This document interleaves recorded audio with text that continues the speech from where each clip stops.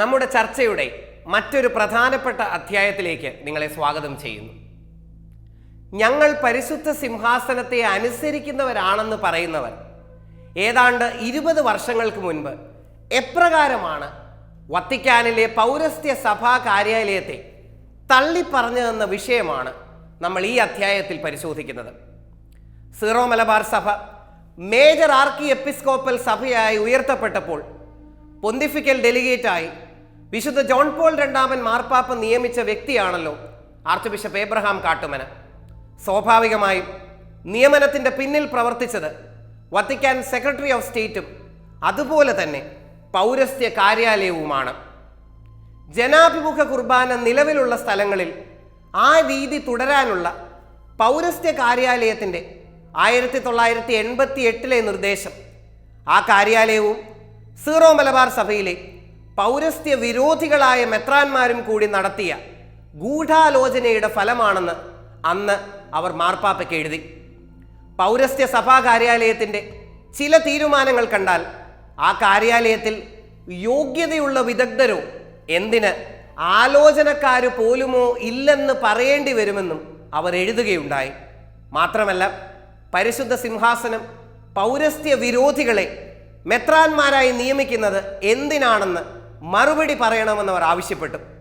മാർപ്പാപ്പയ്ക്ക് അയച്ച കത്തിൻ്റെ ശീർഷകം തന്നെ inconsistencies in the congregation four oriental churches എന്നാണ്. വിശുദ്ധ പർത്രോസിന്റെ സിംഹാസനം സഭയെ സംരക്ഷിക്കാൻ കടപ്പെട്ടിട്ടുണ്ടെന്നാണ് തങ്ങൾ ധരിച്ചിരുന്നതെന്നും എന്നാൽ ഏബ്രഹാം കാട്ടുമനയെ പൊന്തിഫിക്കൽ ഡെലിഗേറ്റായും മാർ ആന്റണി പടിയറയെ മേജർ ആർച്ച് ബിഷപ്പായും നിയമിച്ചതിൽ നിന്ന് പരിശുദ്ധ സിംഹാസനത്തിന് എന്തോ ഗൂഢലക്ഷ്യമുണ്ടെന്ന് വേണം കരുതാനെന്ന് എഴുതിയ അവർ അന്നത്തെ പൗരസ്ത്യ സഭാ കാര്യാലയത്തിൻ്റെ പ്രീഫെക്റ്റ് ആയിരുന്ന കർദിനാളിനെ സീറോ മലബാർ സഭയുടെ കടുത്ത വിരോധിയായി ചിത്രീകരിക്കുകയും ചെയ്തു. 1992 സെപ്റ്റംബറിൽ സീറോ മലബാർ സഭയിലെ ആഭ്യന്തര പ്രശ്നങ്ങൾ പഠിച്ച് റിപ്പോർട്ട് നൽകാൻ മാർപ്പാപ്പ നിയോഗിച്ച പൊന്തിഫിക്കൽ കമ്മീഷനും അവരുടെ കടുത്ത വിമർശനത്തിന് പാത്രമായി. പരിശുദ്ധ സിംഹാസനത്തെ എന്നും അനുസരിച്ചിട്ടുണ്ടെന്ന് അവകാശവാദം ഉന്നയിച്ച അവർക്ക് അർഹിക്കുന്ന പരിഗണന നൽകിയില്ലെന്നതാണ് കമ്മീഷനെ തള്ളിപ്പറയാൻ കാരണം.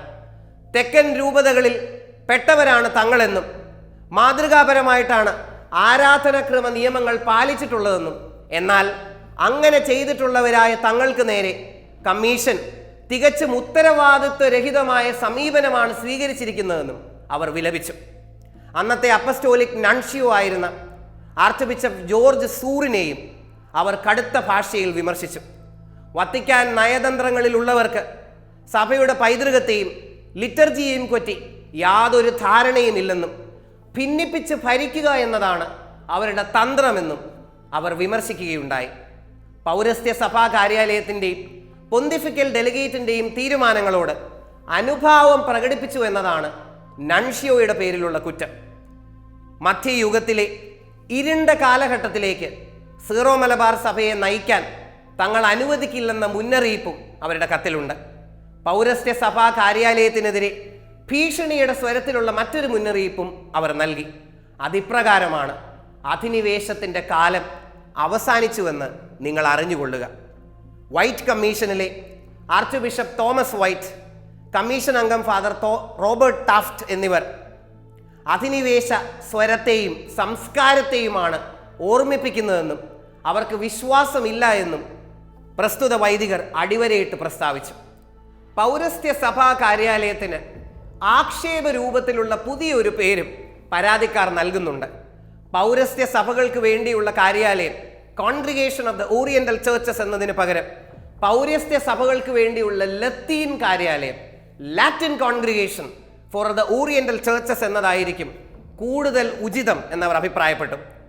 റോമിലേക്കുള്ള അവരുടെ പരാതിക്കത്ത് അവസാനിപ്പിക്കുന്നത് പരിശുദ്ധ സിംഹാസനത്തിൻ്റെ വിശ്വാസ്യത നഷ്ടപ്പെട്ടിരിക്കുന്നു എന്ന് ശക്തമായി പറഞ്ഞുകൊണ്ടാണ്.